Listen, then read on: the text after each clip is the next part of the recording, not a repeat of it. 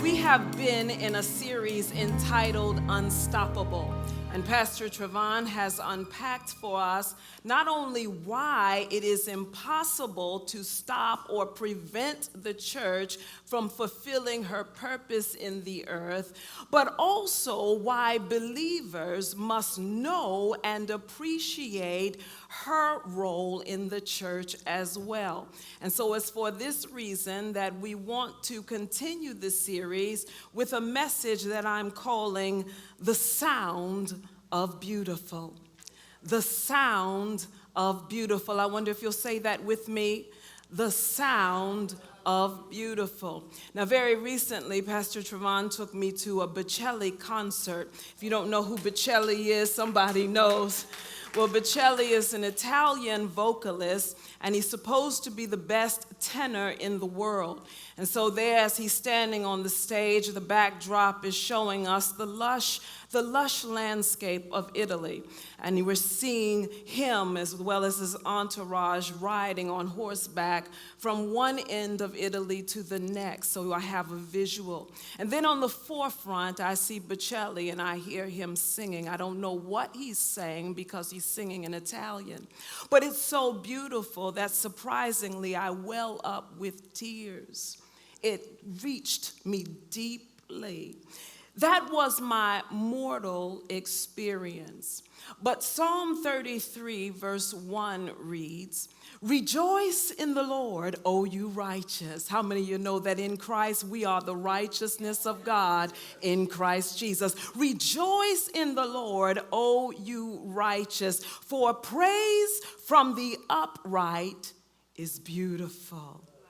It's beautiful. In other words, in the same way that I had a reaction, a real physical reaction to the beautiful sound of a man singing tenor, in the same way that you have a reaction to the beauty of your wife or the beautiful sound of children's laughter in the distance of your home or the beautiful fragrance of a perfume, in the same way God responds to beautiful sounds of praise and worship. So I need you to hear me this morning that your praise is truly beautiful, that when you worship, it really is a beautiful sound in the ears of your Father. When you use words to laud him or adore him, when you use words to make melody to him or even serenade him, whether you are on pitch or off pitch, whether you're in the assembly with other saints or you're in the car by yourself, all alone in your home, whether you are talking it out or you are singing, the sound of your praise and worship is beautiful. But sadly, I think too many believers have discounted what praise and worship really is about. We have reduced it so it's just a preliminary exercise, which means it's just a filler. It's optional. I don't have to come and listen to them sing. I don't even like that song. I don't even like those people. I don't even like that genre. So we reduce it as something, as just something to do until we get to something more important. But I really need us to hear this morning that your praise and worship has a sound that the Father is drawn to. Your praise and worship keeps the Father near you, and your praise and worship makes miracles possible for you. I wonder if you'll say God responds. Somebody say God responds to my praise and my worship. Come on, say it again. God responds to my praise and my worship.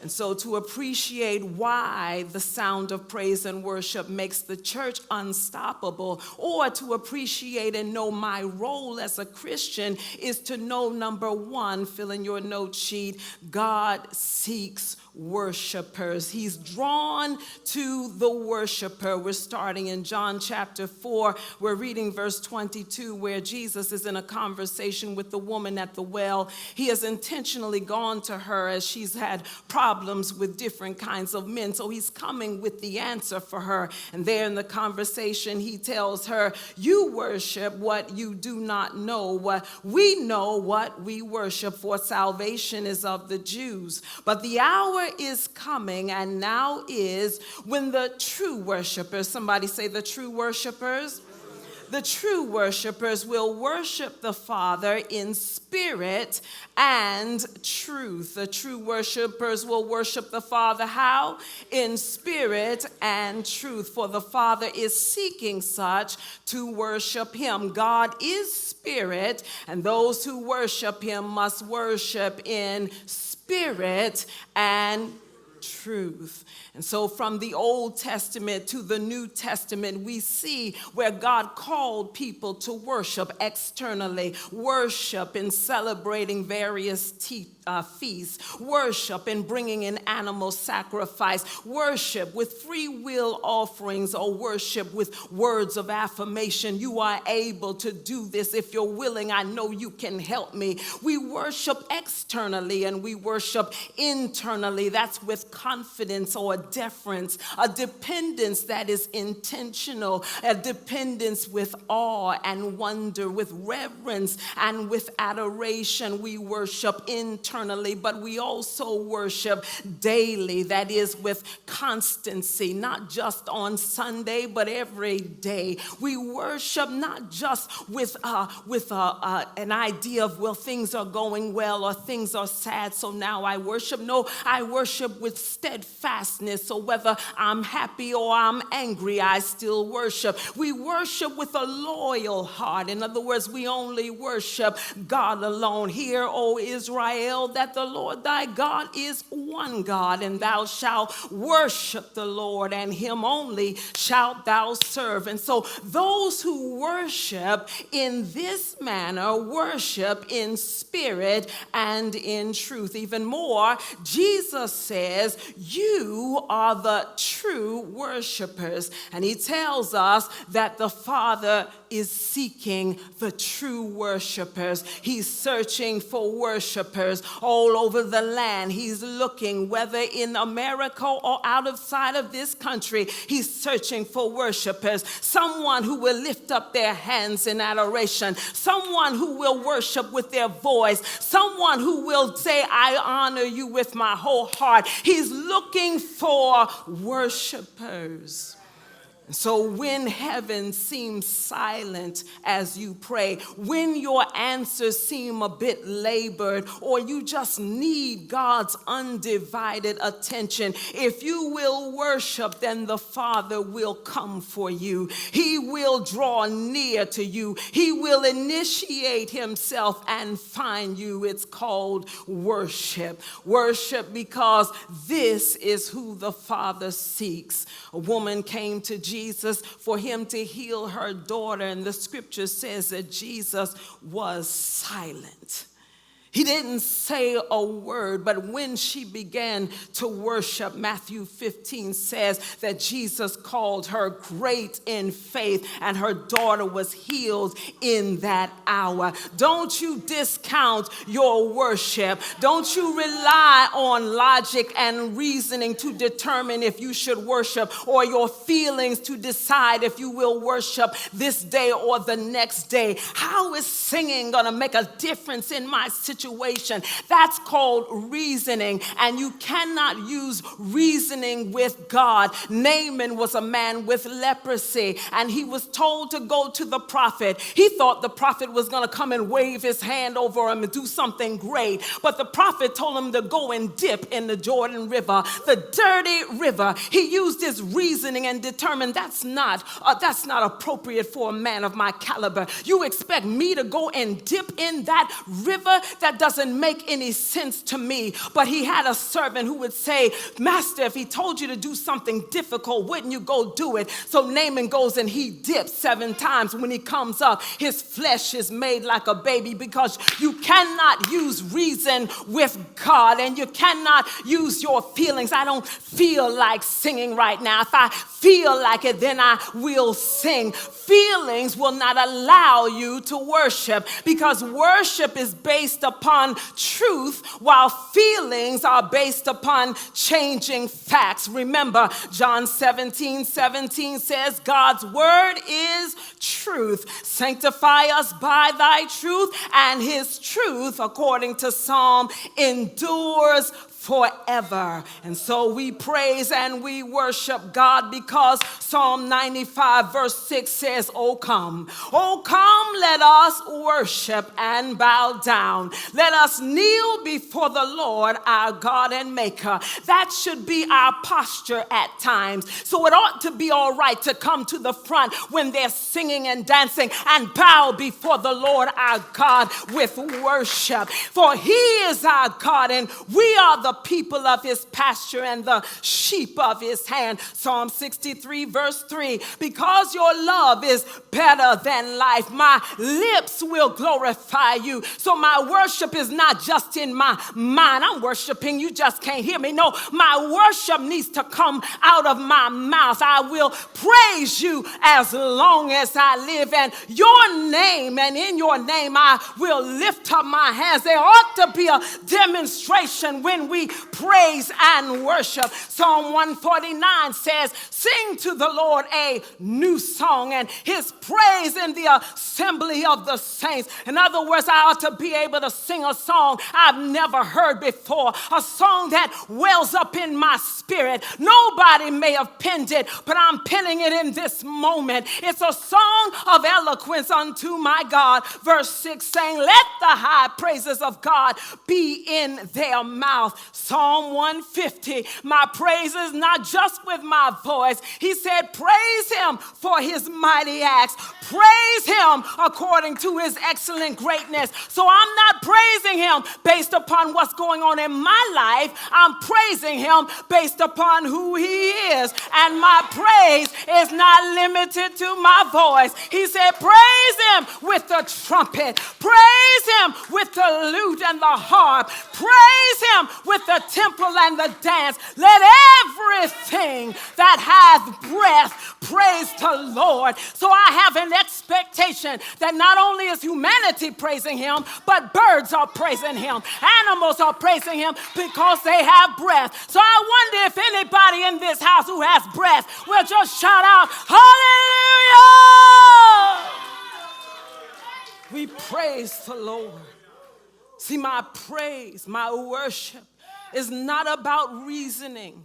It's not about my feelings. My worship is based upon a directive. But because life is choice-driven, no one can make me praise. No one can make you worship. But when we worship, when we elect to worship, when we choose to stop and worship, when we decide and determine to praise and worship, he will find you.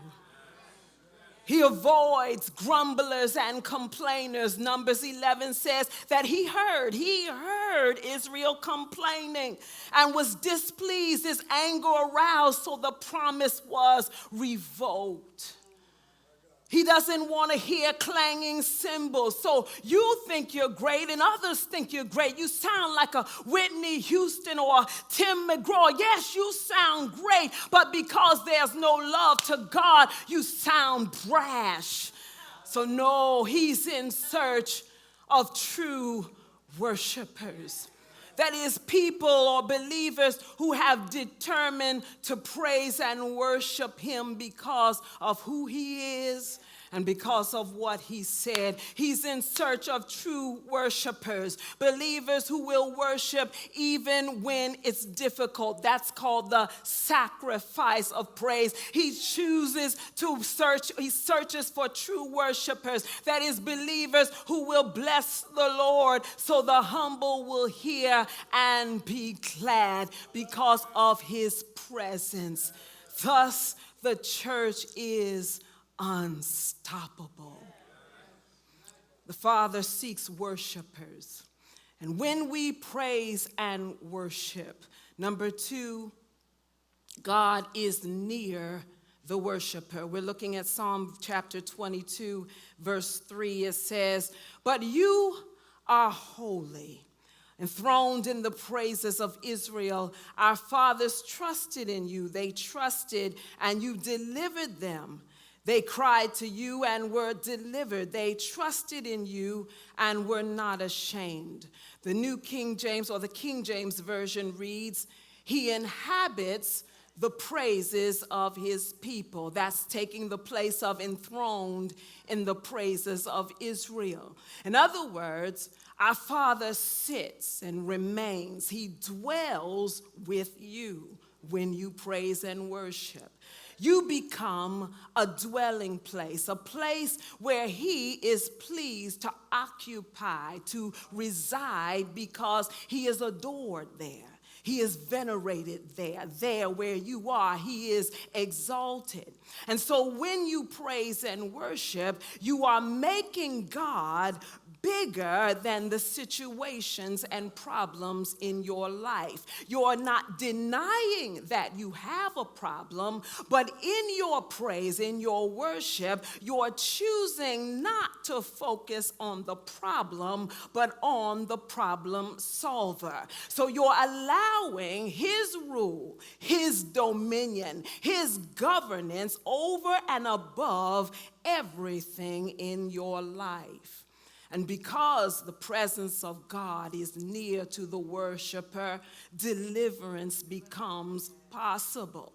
So while he said, "Where 2 or more are gathered together in his name, there would he be in the midst," we're talking about the kind of presence that comes whether I'm in the sanctuary or I'm outside of the sanctuary. We're talking about his presence or nearness that removes shame, that removes distress, that brings the manifestation of his glory. We're talking about, number 1, his worship presence. A worship presence. That's a dimension of his nearness where you sense that you're not in the space alone. In the same way that you may have your back to the door opening and you feel when someone is coming when they walk in. You haven't heard them say anything, but you can sense their presence coming into the room. There is a nearness of God that brings reassurance. I wonder, do I have anyone who knows about his worship presence? But then there is a witness presence.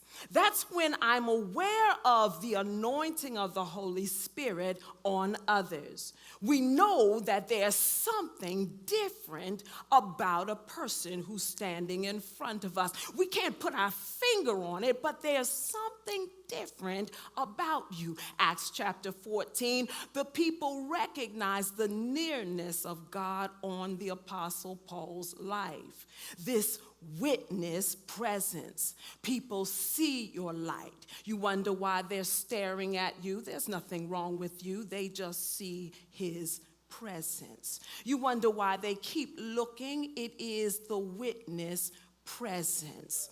But then there is the discerning presence. There's a spiritual awareness at that moment, an awareness of the Holy Spirit's readiness to work among men. You've heard me say, worship, worship. Come on and worship. You've ever heard me say that? Come on, who has heard me say that in the same? Come on and worship. Come on and worship him. Because I sense in that moment that God wants to do miracles in our midst. And so he's calling us to worship him that he may come closer.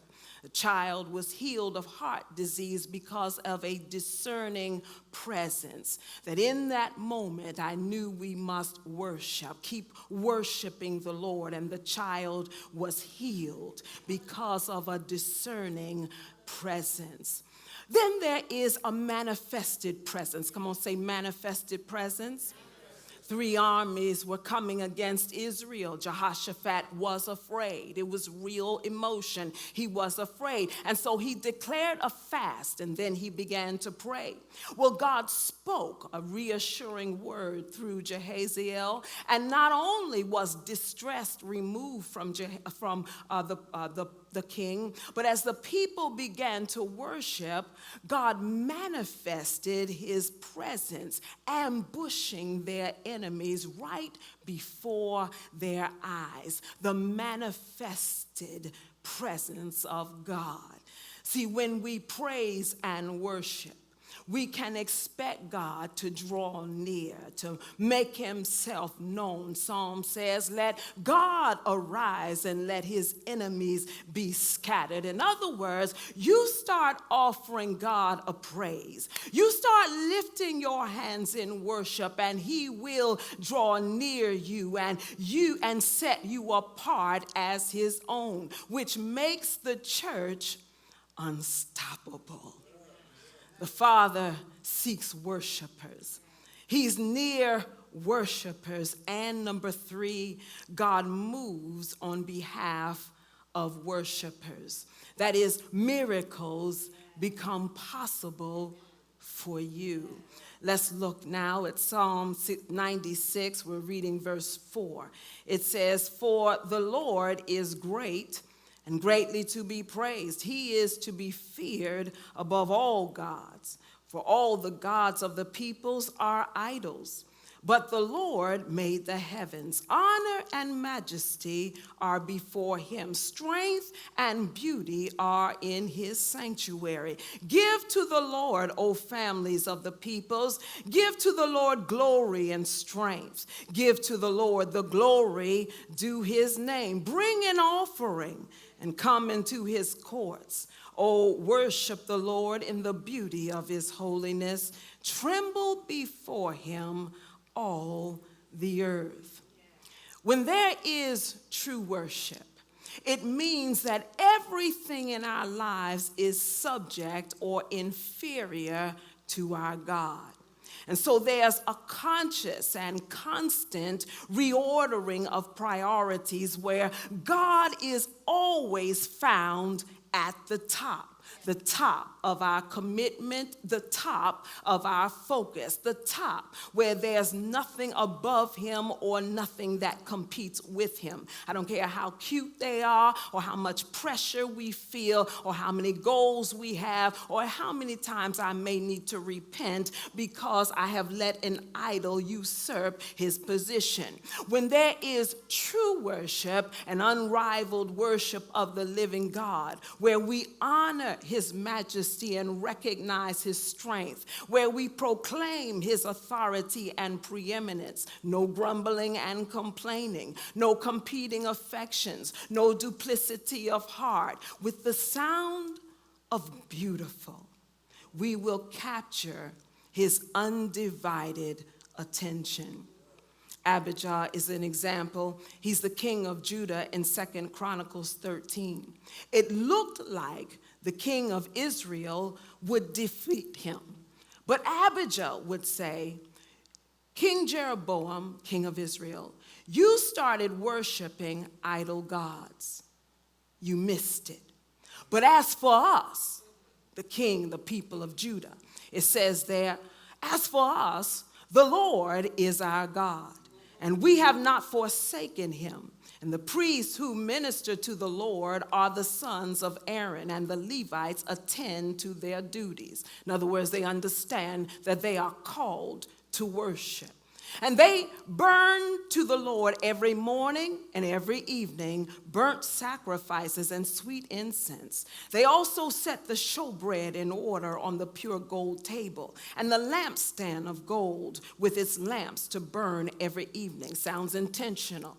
For we keep the command of the Lord our God, but you have forsaken him. Now look, God himself is with us as our head, and his priests with sounding trumpets to sound the alarm against you. O children of Israel, do not fight against the Lord God of your fathers, for you shall not prosper. The king of Israel didn't believe him. He thought because he had more physical people in his troop that he could wage a war and prevail. He thought that his armies were stronger than the effects of Judah's worship. But before he knew it, he was defeated at the sound of the priest's trumpet. Why? Because the church is unstoppable when there is a constant and steadfast and loyal praise and worship of our God. God moves on behalf of worshipers. Take Paul and Silas in prison. They were thrown in prison for preaching about Jesus. They could have sulked. They could have complained. They could have become angry with God. How can you let that happen? How could you let us be persecuted like this? But instead, the Bible says at midnight, they began praying and singing hymns to God.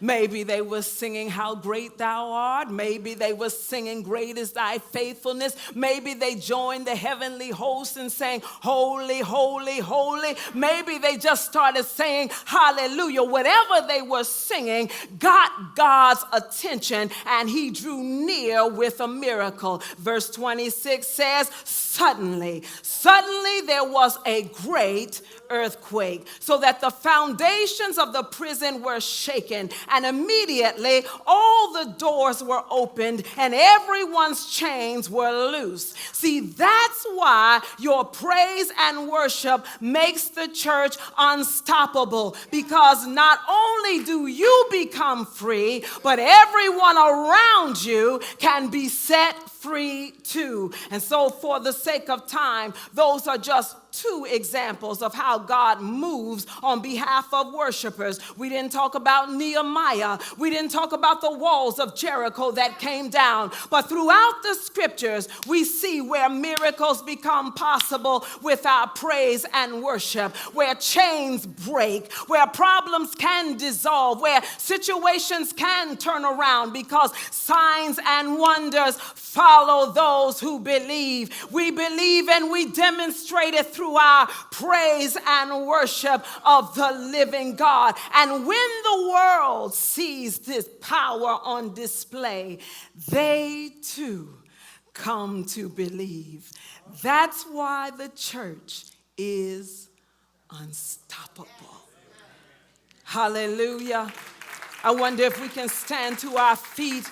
Let all the earth praise the Lord. Let all the people of the earth praise the Lord. Let all the people praise you, Lord. Then shall the earth yield her increase, oh God. God shall bless us. God shall bless us, and all the ends of the earth shall fear him. Come on and lift up your voice and praise and worship him. We don't have musicians right now, but you can say, Lord, I love you. Lord, I give you thanks. Lord, I bless your name. I honor you, Lord God, because you are alive, because you reign, and because you rule, because you are the same yesterday, today, and forever. Come on and lift up your voice. If you don't know what to say, just say hallelujah. Just tell the Lord, I love you, Lord. Come on and bless the Lord. I need you, Jesus. I worship you, Lord. I adore you, Father. I cast my crown before you. It's all right to bless the Lord. Come on and tell him I love you, Lord. I need you, Jesus. I worship you. I give you glory and I give you honor. Lift my voice. Hallelujah, hallelujah. Come on and worship the Lord. All over this room, even in the stream. Oh, my soul. Oh, my soul. Rejoice. Rejoice. Take joy, my King. Take joy, my King. You can bow before the Lord. You can lift your hands before him. You can sing to him a new song. But let me be and let it be a sweet, Here I am, Lord, to sweet worship and adore you. in I your acknowledge that you are God and you are able to do all things. There's nothing too hard for you, nothing too difficult. we So we bless your name, Jesus. exalt thee. We adore you, Jesus. We magnify you, Jesus. We give you honor, Jesus. We exalt you, Jesus. We exalt thee. Oh Lord, yeah. Sing it with us, say we exalt thee. We exalt thee. We exalt thee above everything, oh God. We exalt thee, oh Lord, oh Lord. Everyone say, We exalt thee. We exalt thee. We exalt thee. Oh Lord. we exalt you, Jesus. We lift you above every name. And even now we repent for the places in our lives where we have grumbled and complained, where we were unable to lift up our voice in song because our flesh hindered what you told us to do. But right now, Lord, we press restart. And we choose to worship you every day of our lives. We make a commitment to praise you, Lord, no matter what it looks like, no matter how we feel. Because you are still God and you are able to do exceedingly abundantly above all that we can ask or think. And we want you to be praised. We want you to be glorified. We want you to be exalted in this house and in our lives. And so we humble ourselves before you even now. In Jesus' name, amen. You may be seated. I invite you to close your eyes. If you're here this morning as someone who has never asked Jesus to come into your life, you've never made a decision for Christ, well, we want to pray with you. We want to pray for you, but we need to know who we're praying for. You don't have to leave this place without the ability to worship him. You can leave this place in relationship with the living God, the kind of relationship where you can acknowledge him and you can sing to him, even if you're just saying hallelujah. And even if you are a new believer, when you come to him, he will seek you. He'll draw near to you, and miracles become possible for even you. And so I invite you, if you're here this morning and you want to pray, I want to pray for you. Anyone who wants to receive Christ, why don't you raise your hand? If you're joining with us on the stream, I see that hand and you want us to pray for you as well, click the button under me and we'll pray together. No one prays alone in Hope Cathedral, so I invite us all to pray. Father, I know without Jesus I'm lost. I believe that Jesus died for me and that he forgives all of my wrongs. I believe that Jesus is alive and I make him the leader of my life. Now, Holy Spirit, fill me with your power to praise and worship you every day of my life. In Jesus' name, amen. I wonder, can we put our hands together for sincere praise? Hallelujah.